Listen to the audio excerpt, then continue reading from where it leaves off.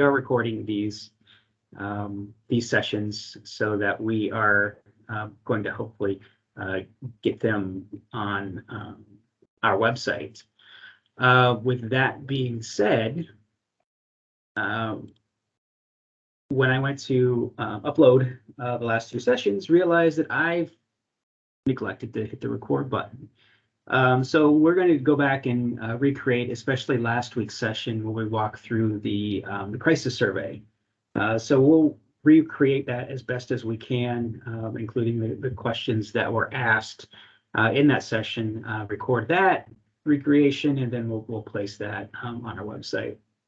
So I apologize, I neglected to hit record. I did record this one, and we'll recreate last week's, and we'll get both of those on our website. As you can see, for those of you who have the access to be able to do that, in the chat section, I included the link to our website that has the resources currently available on the CAP. And I'll show you that website here in just a few minutes. But we do have some resources up. We have all 3 of the templates, and I'll talk about that coming up. But we're able now to add some of these resources to our site, and that link is located in the chat.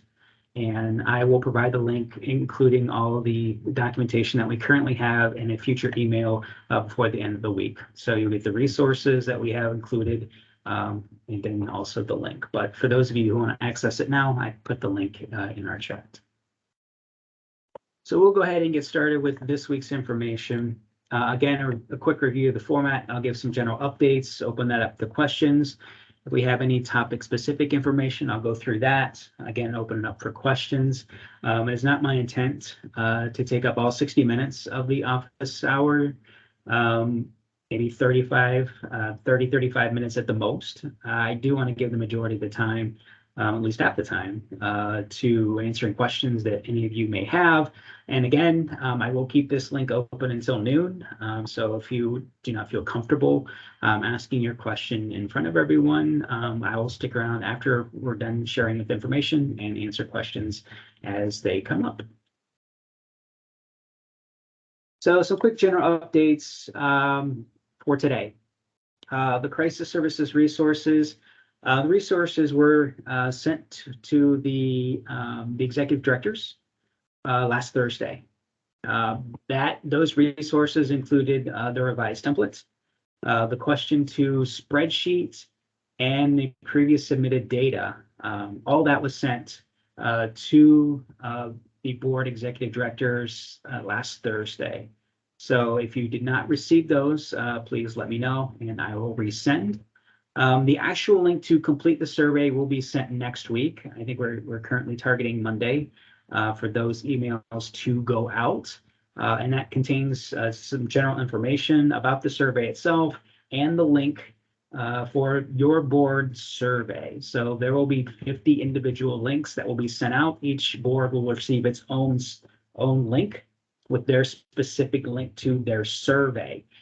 We ask you to please don't share that information with other boards because that link is specific to you, but feel free to send it to any of your board staff who may be completing the crisis survey on your behalf, on your board's behalf.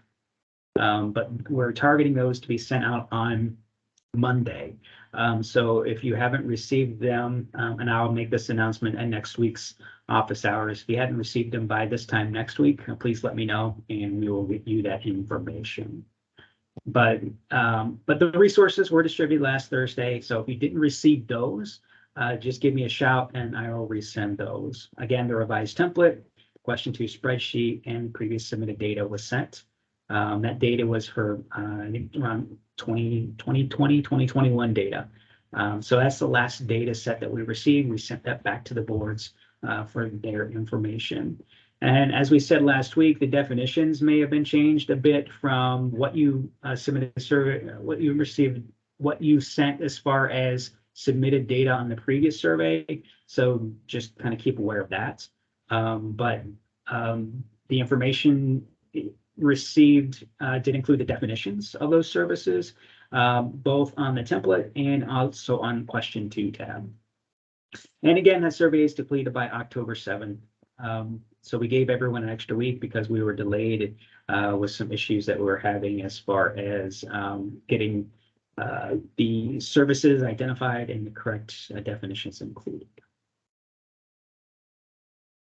So any questions on that before I move on?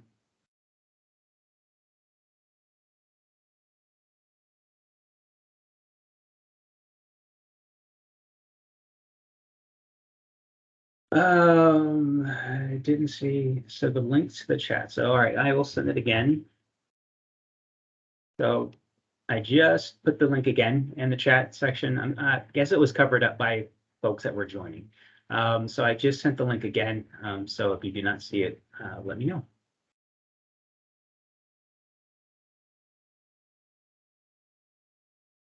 All right. As we talked about, all of the revised templates have been posted online. Documents and the link to access those resources will be sent later this afternoon. And if you haven't received those by Friday, let me know. I'll share my screen on what we are looking at as far as that website.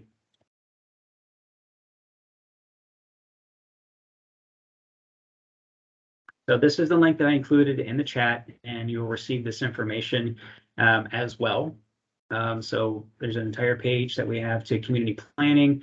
Here's the link to the presentation. We're still having some issues with, I don't know the technical term of it, transferring the webinar recording from that platform into a platform that we can synthesize that and send it out. IT is still working on it. Hopefully I'll have an update for you by the end of the week.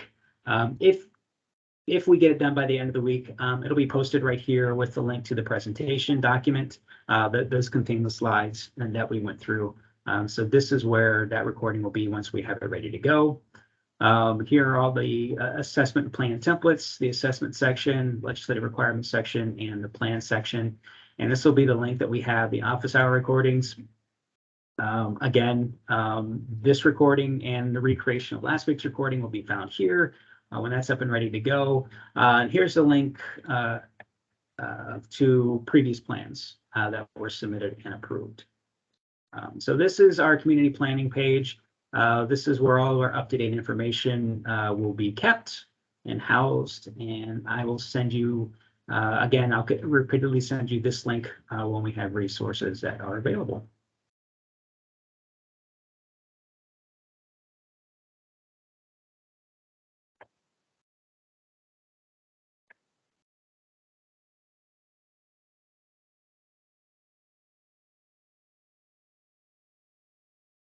Okay.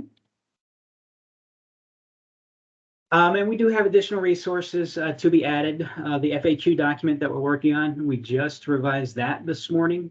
So that'll be added, as will the guidance documents. We're continuing to refine that with the removal of the crisis survey information questions, and then the updated assessment documentation that we added with the template and the clarifications that we made on question 6. So we're working on that. We'll hope to have that available soon, and the CAP checklist. So I think on our very first call, one of the recommendations was, can we create just a brief checklist to make sure that the boards have everything that they need to have as far as the CAP requirements. And we're working on finishing that up as well. It'll just be a quick list and a checkbox that'll be for your use. It won't be needed to be submitted with any of your other additional information. It's just for your use and making sure that you have all the required documentation for the CAP. So those will be added to that same section of the website that I just reviewed with you. And the training cohorts that we're developing, invitations have been sent earlier this morning for our first set of meetings.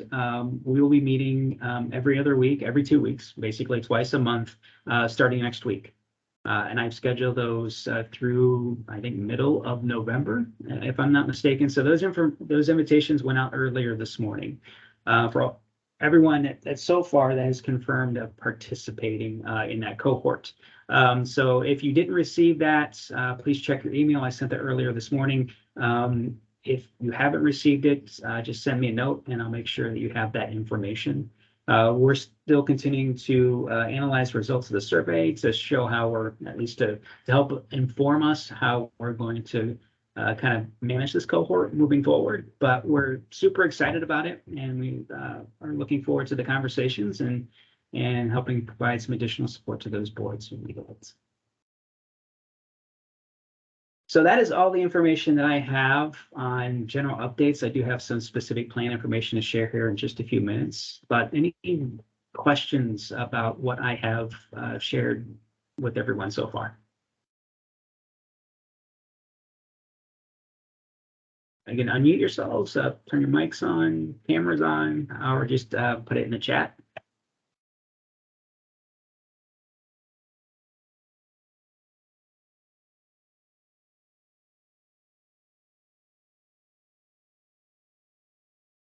Okay, hearing none, we will move on. So one of the things that we wanted to talk about today is the importance of partnerships at the local level as you're going through your CAP processes. During the Director Summit, during our presentation that we had on the CAP and the overview that Craig and, Dr. Knudsen and I did at that summit, there was a very specific question about partnerships and information gathered from those outside the board system. And we really didn't spell it out specifically within the CAP documentation, but we do want to reiterate the importance of getting outside perspectives as you are going through the different phases of the CAP. So from the assessment to the plan, to the legislative requirements, and also then the progress report as you kind of move forward in this process. So really looking at some potential partnerships that could be useful to you as you're gathering data for the assessment process. One of the questions that we had come up a few times that we put on the FAQ document is in the assessment section, specifically in the section of the assessment having to do with social determinants of health, there is a list of indicators that we developed in partnership with our HPIO as we worked through this process.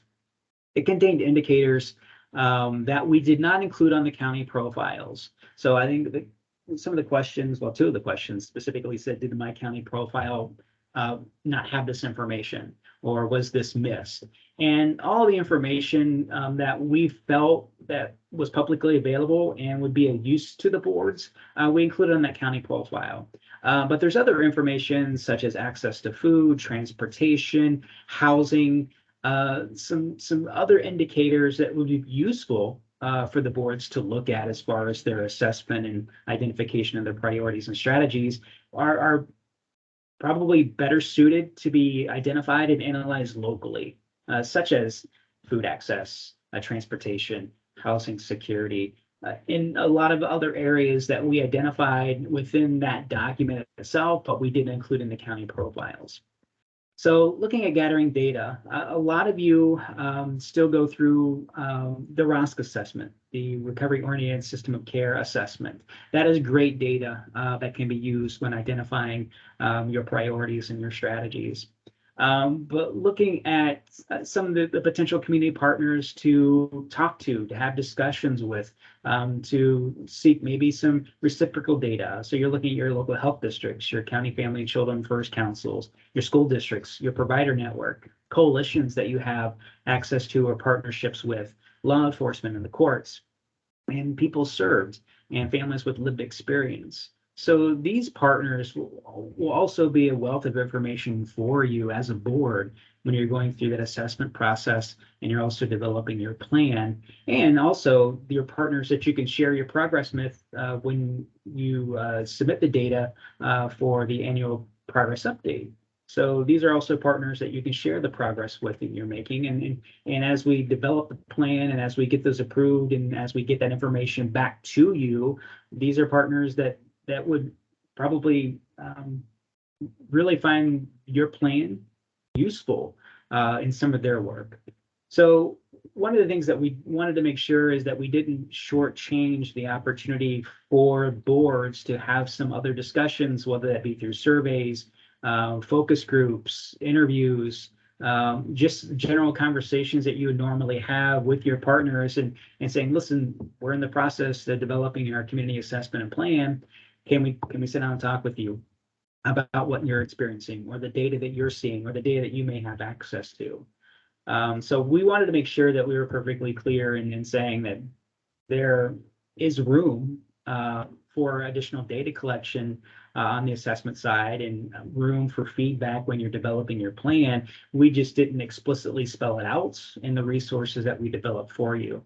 And that was something that was spurred through a question that we had during our session of the Director Summit.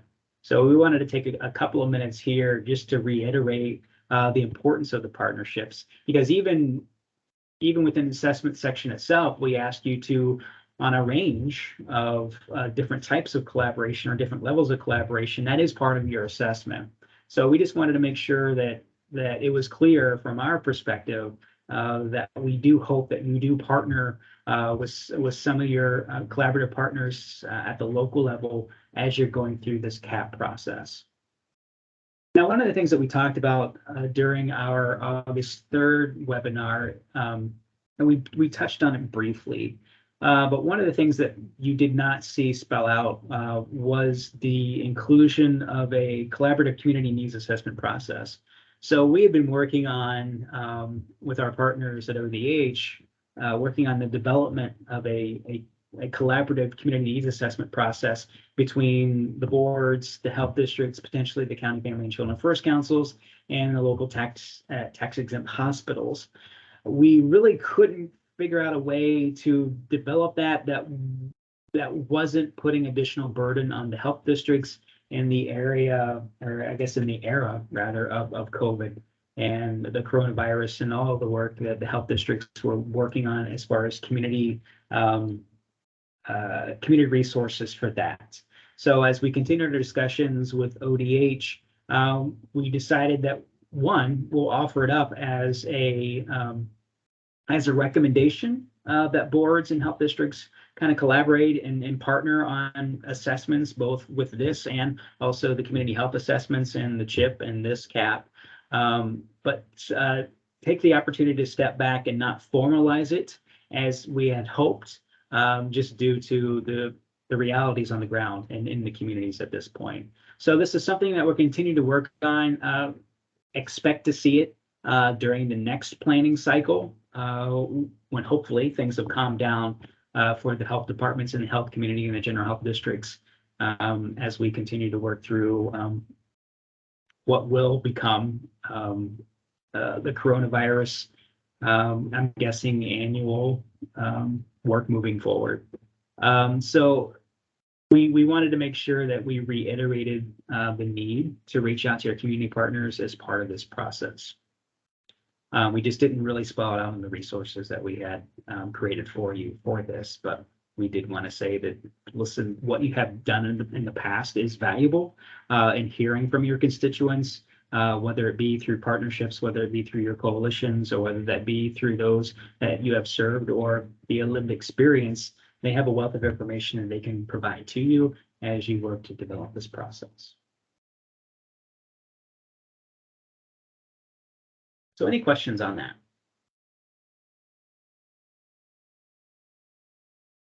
As we move forward, we are hoping to have some really great information coming from ODH on their health improvement zones. So we have that coming up.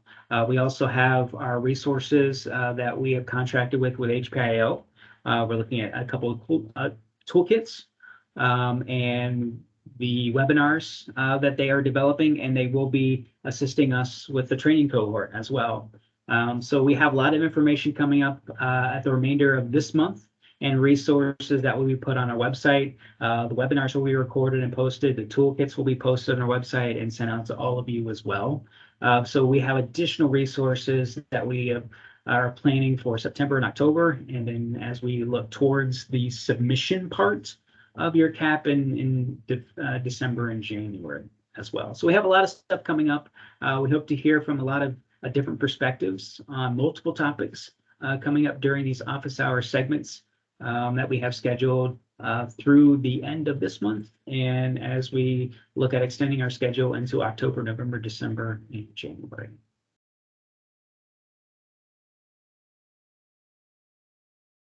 So any questions on any of the material that I shared so far?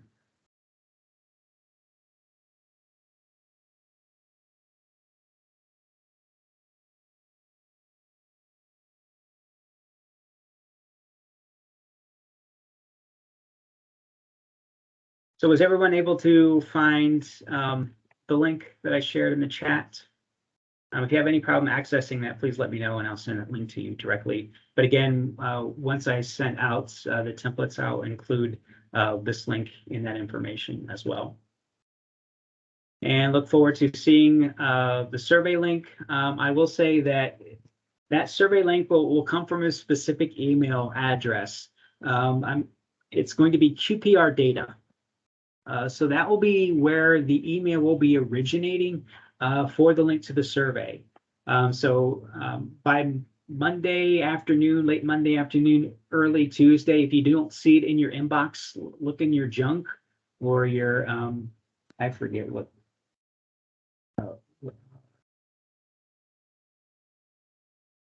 Your clutter email boxes. So your junk file, your clutter box within your email. So if you haven't received it by the end of Monday, beginning of Tuesday, look in those two folders if you have those folders available to you. But that email will come from QPR data. And that includes some basic information on that survey and the link to the survey itself for your specific board area. So I just wanted to give everyone the heads up. That won't be coming from me, but we will be generated from our system. Okay, that's all the information I have to share this morning. Again, I will leave this link open until noon. We didn't quite go through 25 minutes, but I'll keep this link open until noon. So if you have questions, please hang around. I will stop the recording now to make sure that no one is missing anything, and I will get this link posted and the recreation of last week's meeting posted as soon as possible.